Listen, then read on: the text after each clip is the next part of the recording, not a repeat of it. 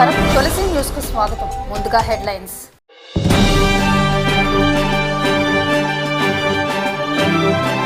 మహారాష్ట్రలో ఘోర విమాన ప్రమాదం. డిప్యూటీ సీఎం అజిత్ పవార్ కన్నుమూత. మహారాష్ట్ర రాజకీయాల్లో ముగిసిన అజిత్ పవార్ శకం. బాబాయ్ నీడలో మాస్టర్ మైండ్గా ఎదిగిన డిప్యూటీ సీఎం. అజిత్ పవార్ మృతిపై ఏపీ మంత్రివర్గం సంతాపం. తీవ్ర దిగ్భ్రాంతికి లోనయ్యానంటూ చంద్రబాబు ఆవేదన. రైల్వే కోడూరు ఎమ్మెల్యేపై తీవ్ర ఆరోపణలు. అరవ శ్రీధర్పై విచారణకు ఆదేశించిన జనసేన పార్టీ. ఆరంభమైన తెలంగాణ మహాకుంభమేళ. మేడారానికి పోటెత్తిన భక్తజన సందరం. దానం నాగేందర్కు నోటీసులు ఇచ్చిన స్పీకర్. తెలంగాణ రాజకీయాల్లో మరో కీలక పరిణామం. ఆరంభమైన పార్లమెంటు బడ్జెట్ సమావేశాలు. చరిత్రాత్మక ప్రసంగం చేసిన రాష్ట్రపతి ముర్ము.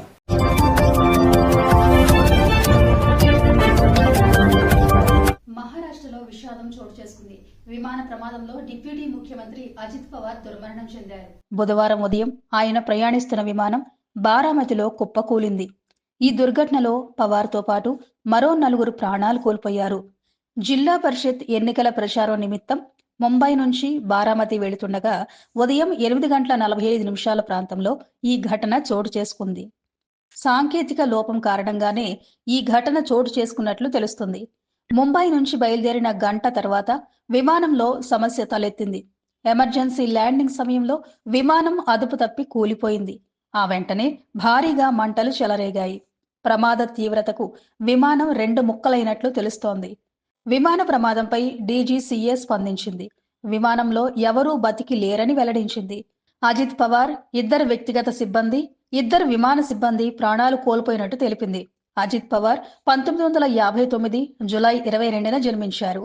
ఆయన తండ్రి అనంతరావు పవార్ సీనియర్ రాజకీయ నాయకుడు. మహారాష్ట్ర మాజీ సీఎం శరద్ పవార్ కు సోదరుడు. బాబాయ్ శరద్ పవార్ అడుగుజాడల్లో రాజకీయాల్లోకి అడుగుపెట్టిన అజిత్ పవార్ 1982లో తొలిసారి కార్పొరేటివ్ షుగర్ ఫ్యాక్టరీ బోర్డుకు ఎన్నికయ్యారు. ఆ తర్వాత 16 ఏళ్ల పాటు పూణే జిల్లా సెంట్రల్ కోఆపరేటివ్ బ్యాంక్ చైర్మన్ గా వ్యవహరించారు. 1991లో తొలిసారి బారామతి పార్లమెంటరీ నియోజకవర్గం నుంచి లోక్సభకు ఎన్నికయ్యారు. మహారాష్ట్ర రాజకీయాల్లో పెను విషాదం చోటు చేసుకుంది. ఆ రాష్ట్ర డిప్యూటీ సీఎం ఎన్సీపీ కీలక నేత అజిత్ పవార్ దుర్మరణం చెందారు. బుధవారం ఉదయం బారామతిలో జిల్లా పంచాయతీ ఎన్నికల ప్రచారానికి వెళుతుండగా ఆయన ప్రయాణిస్తున్న ప్రైవేట్ విమానం ప్రమాదానికి గురైంది. ల్యాండింగ్ సమయంలో జరిగిన ఈ ఘోర ప్రమాదంలో అజిత్ పవార్తో పాటు విమానంలో ఉన్న వారందరూ ప్రాణాలు కోల్పోయారు. అజిత్ పవార్ మరణం మహారాష్ట్ర రాజకీయాల్లో ఒక శకాన్ని ముగించింది. తన బాబాయ్ శరద్ పవార్ నీడలో రాజకీయ ప్రస్థానాన్ని ప్రారంభించినప్పటికీ తనకంటూ ఒక ప్రత్యేక ముద్ర వేసుకుని దాదాగా గుర్తింపు పొందారు. అజిత్ పవార్ 22 జులై 1959న అహ్మద్ నగర్ జిల్లాలో జన్మించారు. ఆయన తండ్రి అనంతరావు పవార్ ఫిల్మ్ ఇండస్ట్రీలో ఉండేవారు. 1982లో శరద్ పవార్ ప్రోత్సాహంతో రాజకీయాల్లోకి వచ్చారు. తొలుత చక్కెర సహకార పరిశ్రమలో బాధ్యతలు చేపట్టారు. 1991లో బారామతి నుంచి లోక్సభకు ఎన్నికయ్యారు. అయితే బాబాయ్ శరద్ పవార్ కేంద్ర రాజకీయాల్లోకి వెళ్లేందుకు తన ఎంపీ సీటును త్యాగం చేసి రాష్ట్ర రాజకీయాలపై దృష్టి సారించారు. అజిత్ పవార్ తన 45 ఏళ్ల రాజకీయ జీవితంలో అప్రతిహత విజయాలను అందుకున్నారు. 1995 నుంచి 2024 వరకు వరుసగా 7 సార్లు బారామతి నియోజకవర్గం నుంచి ఎమ్మెల్యేగా గెలుపొందారు. మహారాష్ట్ర రాజకీయ చరిత్రలో 6 సార్లు ఉప ముఖ్యమంత్రిగా ప్రమాణ స్వీకారం చేసిన ఏకైక నేతగా రికార్డు సృష్టించారు.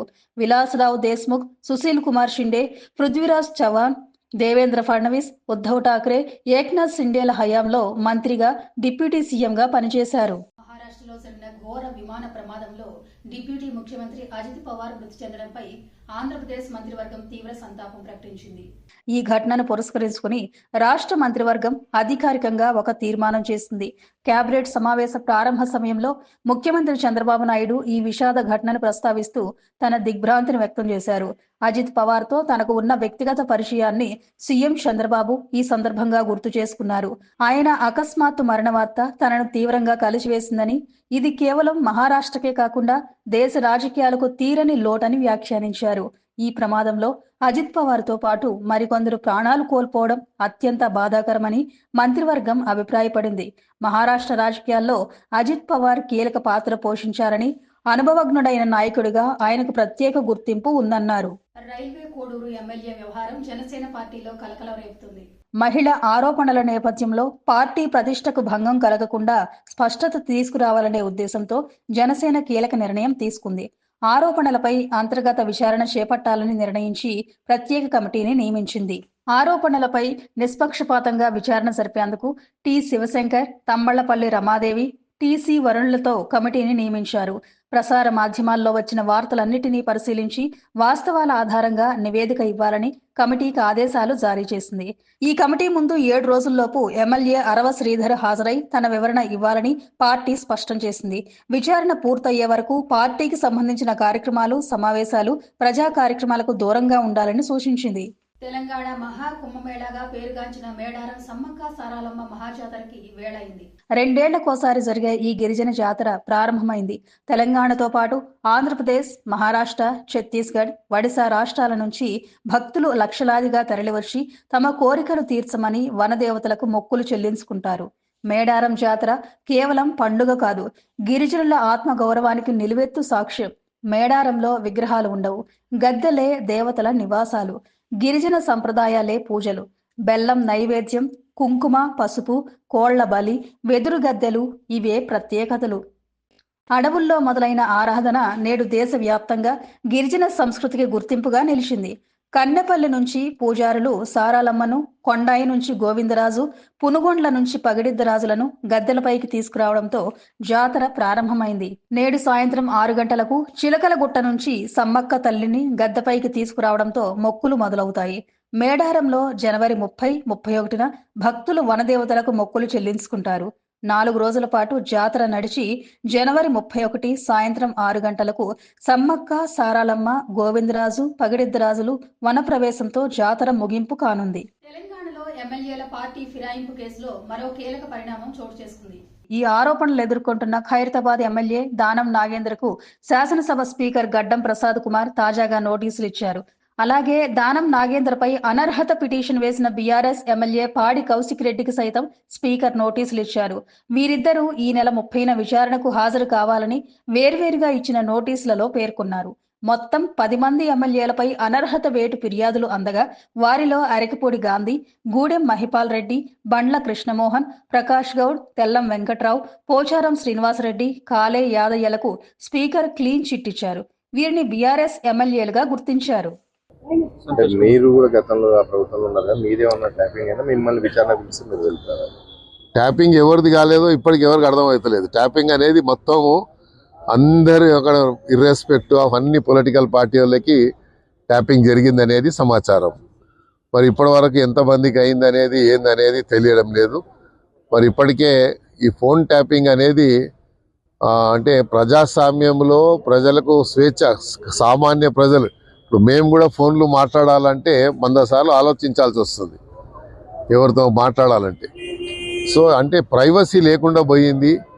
ఇలాగా ప్రజాస్వామ్యంలో అంటే అన్ని రాష్ట్రాలు, అన్ని దేశాలు ఈ ఫోన్ ట్యాపింగ్ అనేది మళ్ళీ ఏఐ ఇంటెలిజెన్సీ వచ్చిన తర్వాత ఇంకా ఈ క్రైమ్ రేట్ పెరగడం కానీ, మొన్ననే మనం చూసినాం ఒక ఐపీఎస్ ఆఫీసరు భార్య కూడా ఆమె ద్వారా కూడా 2 కోట్ల పైచీలకు కూడా మరి ఇది చేశారని చెప్పి అకౌంట్లకి ఇది చేశారని. అలాగా దేనికి కూడా స్వేచ్ఛ లేకుండా పోయింది. అందుకనే ప్రజాస్వామ్యంలో ఎప్పుడే కానీ ప్రజలకు ఇబ్బంది కలిగేటువంటి ఆలోచన చేసినటువంటి ఏ ప్రభుత్వమైనా నిలవది. ప్రభుత్వంలో ఉన్నప్పుడు ప్రజలకు స్వేచ్ఛ ఉండాలి, ప్రజాస్వామ్యంలో వాళ్ళు గర్వంగా మేము బతుకుతున్నాం అన్నటువంటి ఫీలింగ్ ఇవ్వాలి. కానీ ప్రజాస్వామ్యంలో వారి 2026 పార్లమెంట్ బడ్జెట్ సమావేశాల తొలి రోజైన బుధవారం రాష్ట్రపతి ద్రౌపది ముర్ము ఉభయ సభలను ఉద్దేశించి ప్రసంగించారు. భారతదేశం ఇప్పుడు సంపూర్ణ వికాసం వైపు దూసుకుపోతుందని, పేదల అభ్యున్నతే ధ్యేయంగా ప్రభుత్వం కట్టుబడి ఉందని ఆమె స్పష్టం చేశారు. గత 10 ఏళ్లలో సామాజిక న్యాయం ప్రాతిపదికన కేంద్రం చేసిన కృషి వల్ల సుమారు 25 కోట్ల మంది పేదరికం నుంచి బయటపడ్డారని ఆమె వెల్లడించారు. పేదల కోసం 4 కోట్ల ఇళ్లు నిర్మించడంతో పాటు జల్ జీవన్ మిషన్ ద్వారా ప్రతి గ్రామానికి తాగునీరు అందించగలిగామని రాష్ట్రపతి గర్వంగా ప్రకటించారు. గత 11 ఏళ్లలో భారత ఆర్థిక వ్యవస్థ ప్రపంచంలోనే అత్యంత వేగంగా అభివృద్ధి చెందిందని రాష్ట్రపతి గుర్తు చేశారు. మధ్యతరగతి ప్రజలకు ఊరటనిచ్చేలా వార్షిక ఆదాయం 12 లక్షల వరకు ఎటువంటి ఆదాయపు పన్ను లేకుండా చేయడం ప్రభుత్వ సాహసోపేత నిర్ణయమని ఆమె కొనియాడారు. జీఎస్టీ స్లాబుల తగ్గింపు దేశ ప్రజల కొనుగోలు శక్తిని పెంచిందని, అవినీతిపై కఠిన చర్యలు తీసుకోవడం వల్ల ప్రజాధనం సద్వినియోగం అవుతోందని తెలిపారు. యూరోపియన్ యూనియన్తో చేసుకున్న ఫ్రీ ట్రేడ్ అగ్రిమెంట్ అంతర్జాతీయ వాణిజ్యంలో భారత్ స్థాయిని పెంచిందని పేర్కొన్నారు.